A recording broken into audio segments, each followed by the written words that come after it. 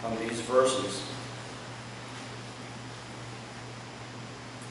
James is very much a pragmatist when it comes to his faith. This is how it goes. Every generous act of giving, with every perfect gift, is from above, coming down from the Father of lights, with whom there is no variation or shadow due to change. In fulfillment of his own purpose, he gave us birth by the word of truth, so that we would become a kind of first fruits of his creatures. You must understand this, my beloved. Let everyone be quick to listen, slow to speak, slow to anger. For your anger does not produce God's righteousness. Therefore, rid yourselves of all sordidness, and welcome with meekness the implanted word that has the power to save your souls. But be doers of the word, and not merely hearers who deceive themselves. For if any are hearers of the word and not doers, they're like those who look at themselves in a mirror. For they look at themselves and on going away immediately forget what they were like. But those who look into the perfect law, the law of liberty, and persevere, being not hearers who forget, but doers who act, they will be blessed in their doing. If any think they are religious and do not bridle their tongues, but deceive their hearts, their religion is worthless.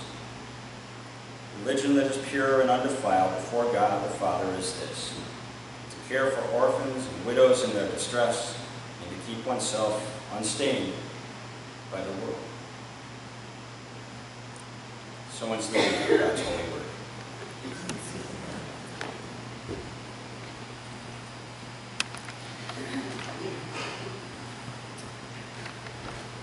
Again, I invite us to pray.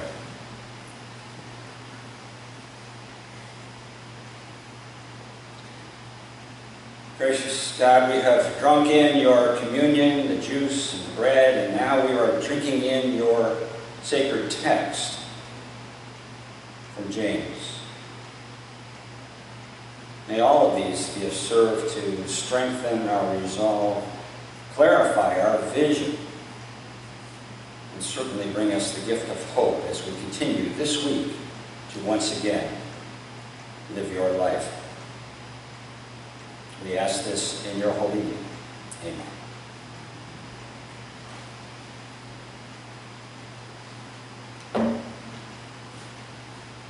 Good morning. Good morning. Just nice to hear something back for a second. Just checking.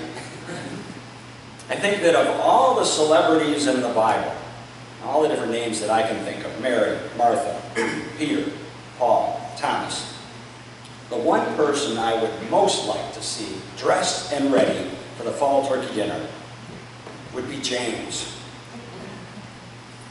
Why? Because James was the sort of guy to get down to it. A no-nonsense kind of guy who believed that faith gets real when the rubber hits the road, or the pots hit the stove, or whatever your kitchen cliche may be.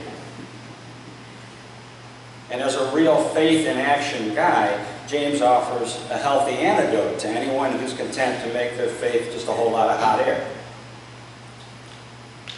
Which gets me into trouble when I start using phrases like hot air. I'm standing up here, preaching.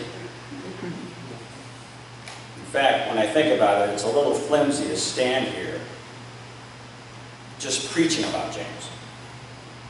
To be more authentic, I probably should be up here peeling potatoes while I'm preaching. But I'm afraid that by October 20th, those potatoes would be really bad. To be honest, I'm not sure that I'd want James sitting out here in the congregation while I'm offering a Sunday morning message. Because if he had a watch, he'd be looking at it. Unlike any of you. And it may have been James who inspired St. Francis many centuries later to say, preach the gospel at all times, and when necessary, use words. Or Or as my dad was fond of saying when I was flapping my mouth too much and not doing the work, he'd say, less talk, more do. But for all of James' emphasis on action, he had something to say about words as well. Quick to listen, slow to speak, and slow to anger. Or, in words often heard in recovery circles, take the cotton out of your ears, put it in your mouth. That's not always easy to do.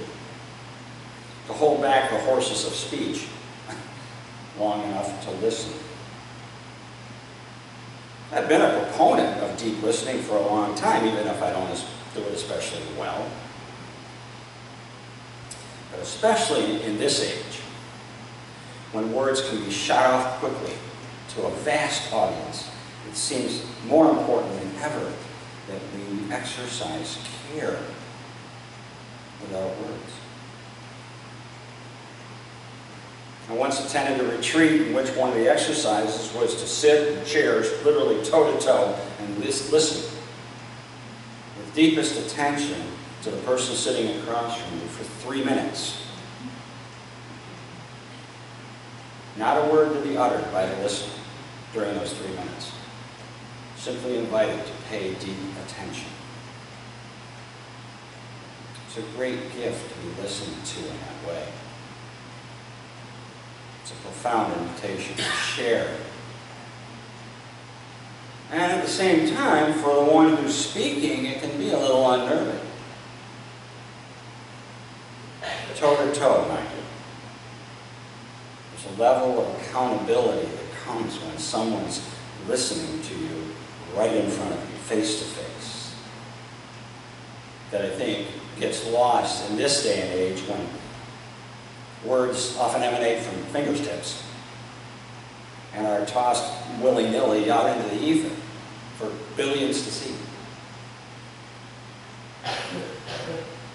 James urges discipline. He urges the bridling of the tongue.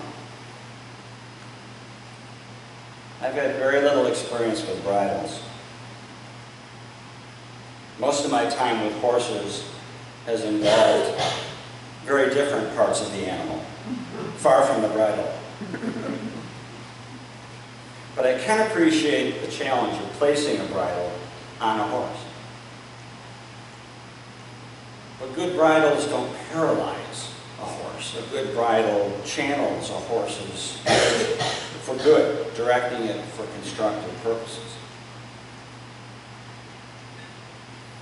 It's not that we're supposed to cease speaking. It's not that there isn't a time to speak. But when we do we speak with thoughtfulness, compassion, and wisdom? People fired some pretty hurtful words at Forrest Gump, ridiculing him as stupid because he was different. But of course, Forrest's response was, stupid is as stupid does. So young Forrest essentially encapsulated the message of James in one simple response. Without angry retaliation, Forrest affirmed that what really matters is action. I'm going to share a story I've shared before, but I'm sure you can recall this study that was done at a Christian seminary some years ago, in which students were told that they were required to give a talk on the Good Samaritan. But they only had a few minutes to prepare for this talk, which was to be given at another building just across campus. Unbeknownst to them, an actor was positioned between the two buildings, a man disheveled, looking dirty, slumped over, groaning quietly, obviously someone in some distress. The study was intended to assess what does impact a person's willingness to help. In this case, to stop and offer assistance to a man in distress. Well, among the findings from the study, it was determined that students who felt most hurried, most under the gun to get across campus to give their talk on the Good Samaritan were the least likely to offer help.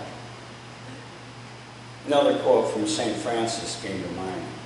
He said, It is no use walking anywhere to preach unless our walking is our preaching.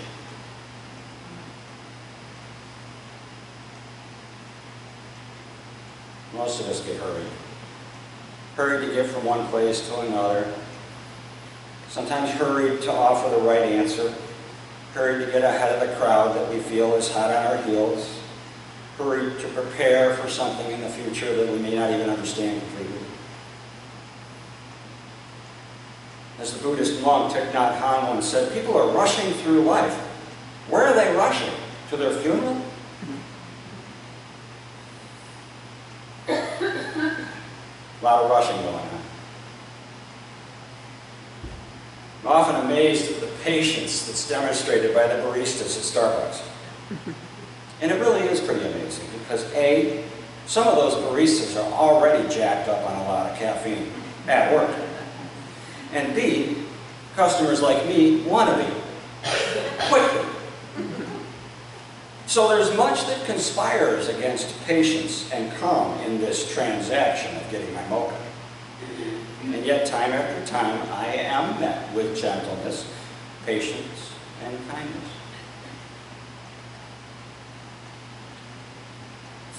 As I think more about the message from James, it comes to me that it's not just about getting it done, but very much about how we get it done.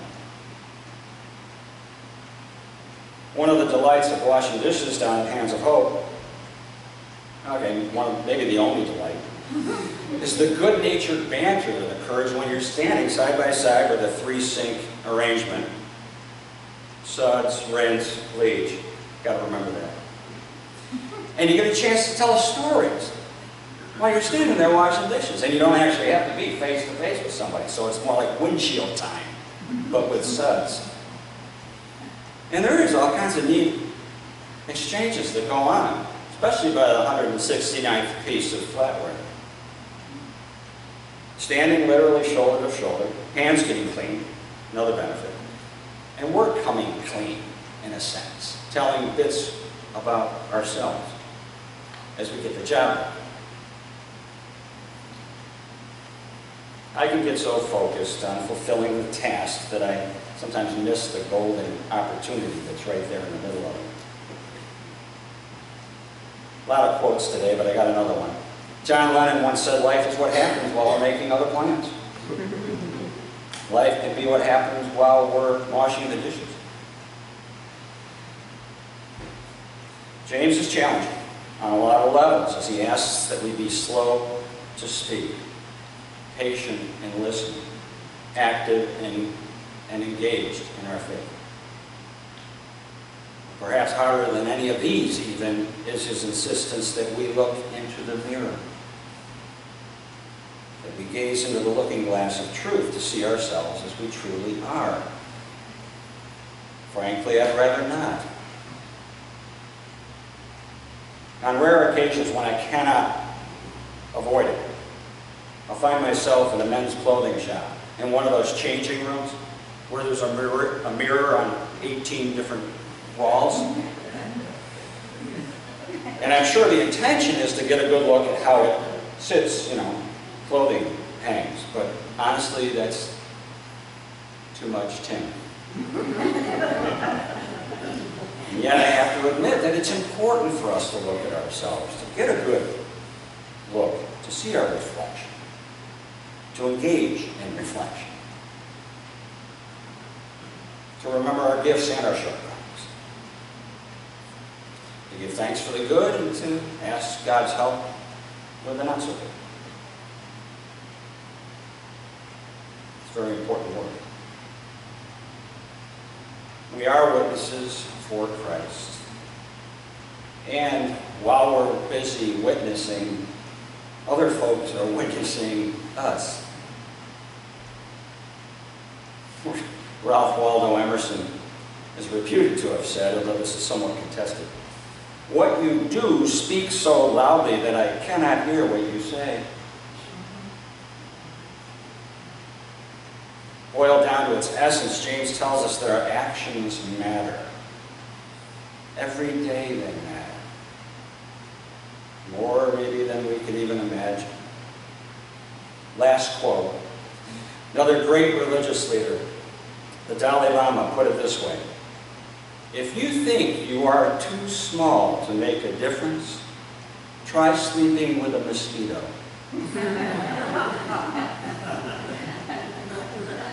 May we never doubt the power of Christ within us. Amen.